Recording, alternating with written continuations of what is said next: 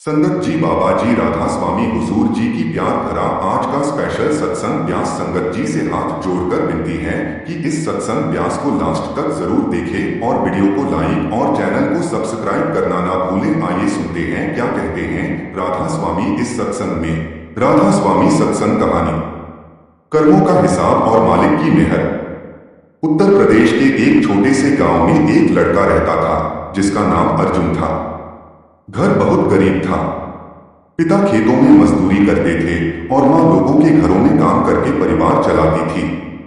अर्जुन बचपन से ही बहुत तेज था, लेकिन उसके मन में हमेशा एक सवाल रहता था, जब परमात्मा सबको बराबर बनाता है तो किसी के पास इतना सुख और किसी के पास इतना दुख क्यों होता है। गांव के लोग कहते ये सब कर्मों का हिसाब है, लेकिन अर्जुन को यह बात समझ नहीं आती थी। समय बीतता गया। अर्जुन बड़ा हुआ। उसने पढ़ाई की, नौकरी की तलाश की, लेकिन हर जगह असफलता मिली। कभी नौकरी लगते लगते रह जाती, कभी कोई धोखा दे देता। धीरे धीरे उसके मन में गुस्सा भरने लगा। वह सोचने लगा कि भगवान केवल अमीरों का साथ देता है। एक दिन उसकी मां बोली, बेटा कल शहर में सत्संग है, चलो मालिक का नाम सुन आए, शायद मन को शांति मिले। अर्जुन ने हंसते हुए कहा, मां अगर सत्संग से जिंदगी बदलती तो दुनिया में कोई दुखी ही नहीं होता।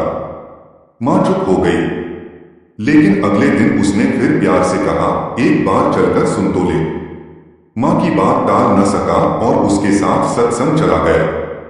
वहां हजारों लोग बैठे थे। मंच पर एक बुजुर्ग संत बैठे थे। उनके चेहरे पर अजीब सी शांति थी। उन्होंने बोलना शुरू किया, मनुष्य इस दुनिया में खाली हाथ आता है और खाली हाथ जाता है। जो कुछ भी बीच में मिलता है वह उसके कर्मों का फल होता है, लेकिन सद्गुरु की मेहर उस कर्मों की आग को भी ठंडा कर सकती है। अर्जुन ध्यान से सुनने लगा। संत आगे बोले, लोग कहते हैं कि उन्होंने किसी का बुरा नहीं किया फिर दुख क्यों मिला, लेकिन आत्मा केवल इस जन्म का हिसाब नहीं लाती, अनगिनत जन्मों के कर्म साथ आते हैं। ये शब्द अर्जुन के दिल में उतर गए। सत्संग खत्म हुआ। लोग जाने लगे, लेकिन अर्जुन वहीं बैठा रहा। उसके मन में हलचल होने लगी। पहली बार उसे लगा कि शायद उसके दुखों के पीछे कोई गहरा कारण है। घर लौटते समय मां बोली, कैसा लगा सत्संग? अर्जुन धीरे से बोला, मन को कुछ शांति मिली। उस दिन के बाद अर्जुन कभी कभी सत्संग जाने लगा। धीरे धीरे उसके अंदर बदलाव आने लगा।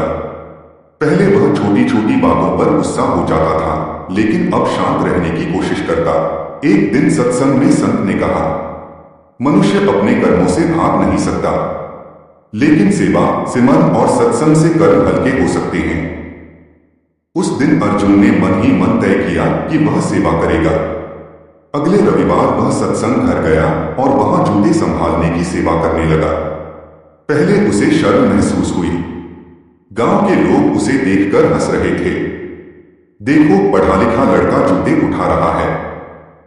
लेकिन अर्जुन चुप रहा। धीरे धीरे उसे सेवा में आनंद आने लगा। वह समझने लगा कि सेवा केवल हाथों से नहीं, अहंकार तोड़ने का रास्ता है। कुछ महीनों बाद उसे शहर की एक कंपनी में छोटी सी नौकरी मिल गई। तनख्वाह कम थी, लेकिन मन में संतोष था। उसने मां से कहा, पहले मैं हर बात पर शिकायत करता था, अब लगता है कि मालिक जो करता है सही करता है। मां मुस्कुरा दी, लेकिन जिंदगी की परीक्षा अभी बाकी थी। एक दिन उसके पिता अचानक बीमार पड़ गए। डॉक्टर ने कहा कि इलाज में बहुत पैसे लगेंगे। अर्जुन के पास इतने पैसे नहीं थे। उसने रिश्तेदारों से मदद मांगी, लेकिन किसी ने साथ नहीं दिया। उस रात वह बहुत टूटा हुआ था। उसने पहली बार रोते हुए मालिक से प्रार्थना की, अगर मेरी सेवा सच्ची है तो मेरे पिता को बचा लो। अगले दिन सत्संग के एक सेवादार ने अचानक उसे फोन किया, भाई हमें पता चला कि तुम्हारे पिता अस्पताल में हैं। चिंता मत करो, हम सब साथ हैं। कुछ ही घंटों में कई लोग मदद के लिए आ गए। किसी ने दवाई दिलाई, किसी ने पैसे दिए, किसी ने अस्पताल में मदद की। अर्जुन की आंखों से आंसू बहने लगे। उसे महसूस हुआ कि मालिक इंसानों के रूप में मदद भेजता है। पिता धीरे धीरे ठीक होने लगे। उस दिन अर्जुन को समझ आया कि सत्संग केवल बातें सुनने का नाम नहीं है, बल्कि एक परिवार है जहां दुख बांटे जाते हैं। समय बीतता गया। अर्जुन अब नियमित सिमरन करने लगा।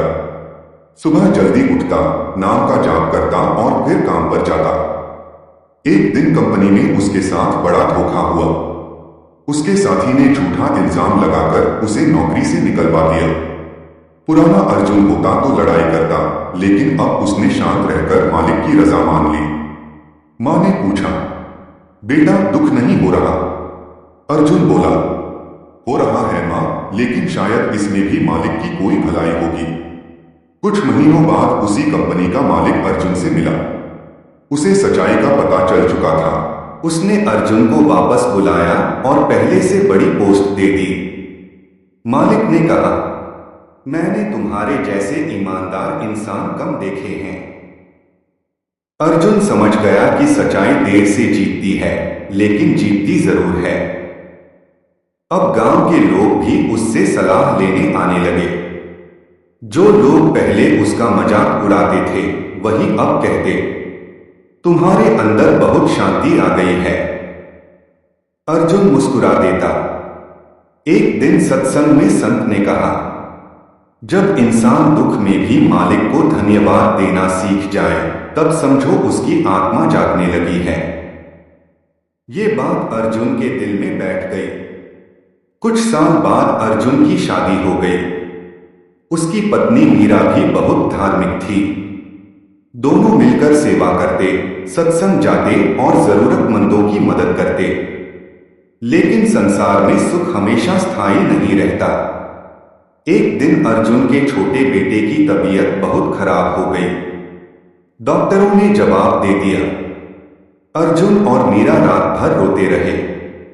फिर अर्जुन ने बच्चे का सिर अपनी गोद में रखा और बोला, मालिक ये आपकी अमानत है। अगर इसे रखना आपकी रजा है तो ठीक, और अगर वापस बुलाना आपकी रजा है तो भी ठीक। कुछ दिनों बाद चमत्कार हुआ। बच्चे की हालत सुधरने लगी। डॉक्टर भी हैरान थे। मीरा बोली, ये मालिक की मेहर है। अर्जुन बोला, हाँ, लेकिन अगर बच्चा चला भी जाता तब भी हमें मालिक से शिकायत नहीं करनी चाहिए थी। धीरे धीरे अर्जुन गांव में एक शांत और समझदार इंसान के रूप में पहचाना जाने लगा। एक दिन गांव का एक युवक उसके पास आया। वह बहुत परेशान था।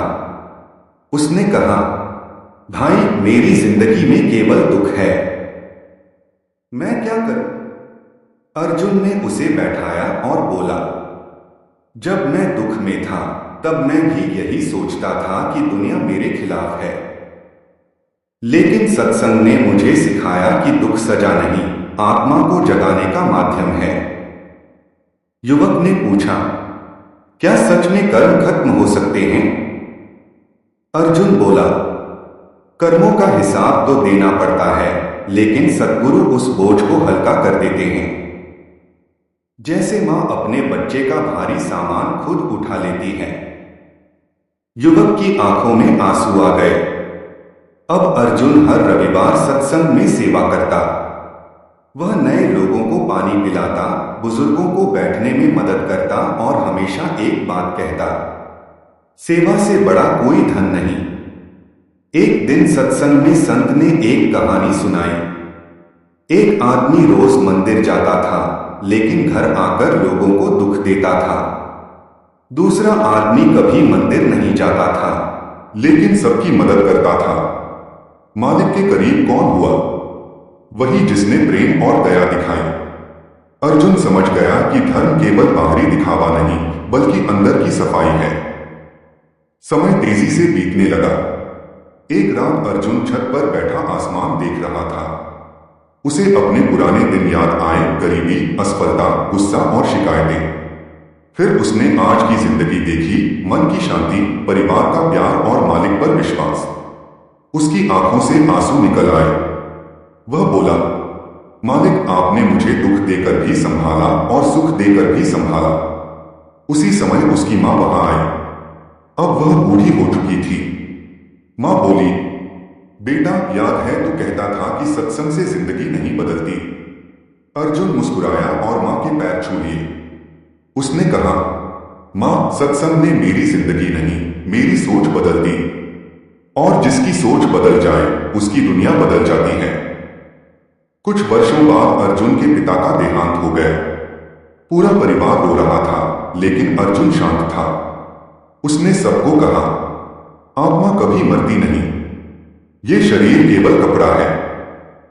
उस रात उसने लंबा सिमरन किया। उसके मन में दुख था, लेकिन साथ ही एक अजीब सी शांति भी थी। अब अर्जुन का पूरा जीवन मालिक की भक्ति और सेवा में बीतने लगा। वह लोगों को समझाता, संसार का सुख अस्थायी है, असली शांति केवल नाम में है। गांव के कई युवक नशा छोड़कर सत्संग से जुड़ने लगे। कई परिवारों में झगड़े खत्म होने लगे। लोग कहते, अर्जुन की बातों में असर है।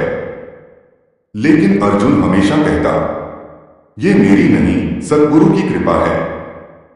एक दिन सत्संग में संत ने कहा, जब तक मनुष्य अपने अहंकार को नहीं छोड़ता, तब तक वह परमात्मा को नहीं पा सकता।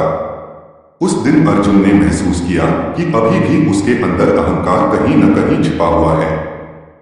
उसने और ज्यादा विनम्र होना शुरू किया। अब वह बड़े लोगों के साथ बैठने के बजाय गरीबों के बीच बैठता, किसी भूखे को खाना खिलाता, किसी बीमार की मदद करता। धीरे धीरे उसे हर इंसान में मालिक का रूप दिखाई देने लगा। एक दिन गांव में बहुत बड़ा झगड़ा हो गया। दो परिवार आपस में लड़ने लगे। लोग हथियार लेकर खड़े हो गए। अर्जुन बीच में गया और बोला, अगर आज किसी का खून बहा तो उसका कर्म कई जन्मों तक पीछा करेगा। लोग उसकी इज्जत करते थे। उसकी बात सुनकर दोनों परिवार शांत हो गए। उस रात अर्जुन ने मालिक को धन्यवाद दिया कि उसने उसे किसी का दुख कम करने लायक बनाया। समय के साथ अर्जुन बूढ़ा होने लगा। बाल सफेद हो गए, शरीर कमजोर हो गया, लेकिन सिमरन कभी नहीं छोड़ा। एक सुबह उसने अपने बेटे को बुलाया और कहा, बेटा, जिंदगी में कभी किसी का दिल मत दुखाना। धन खत्म हो जाए तो वापस आ सकता है, लेकिन कर्मों का हिसाब बहुत भारी होता है। बेटे की आंखें भर आईं। कुछ दिनों बाद अर्जुन बहुत बीमार पड़ गया। डॉक्टरों ने कहा कि अब ज्यादा समय नहीं है। पूरा गांव उसे देखने आने लगा, लेकिन अर्जुन के चेहरे पर डर नहीं था। वह धीरे धीरे नाम का जाप कर रहा था। उसने अपने परिवार से कहा, रोना मत, आत्मा अपने असली घर जा रही है।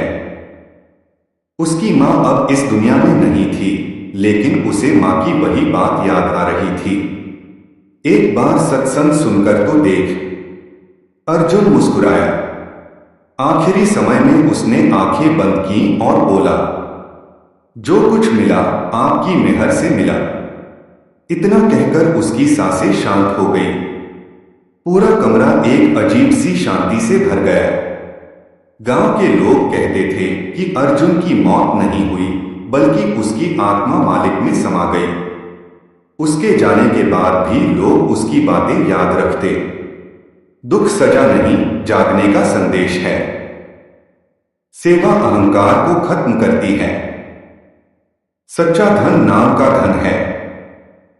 मालिक की रजा में रहना ही सबसे बड़ी भक्ति है।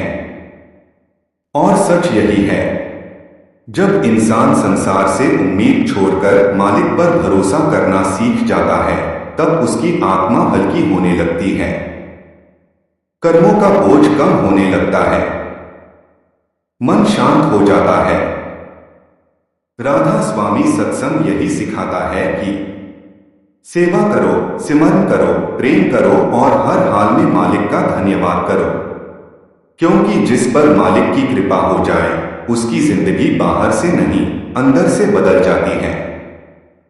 तो आज के लिए इतना ही। फिर मिलते हैं नेक्स्ट सत्संग में। आपको रोजाना एक से एक अच्छा सत्संग गुरुजी 0.9 चैनल पर मिलते हैं।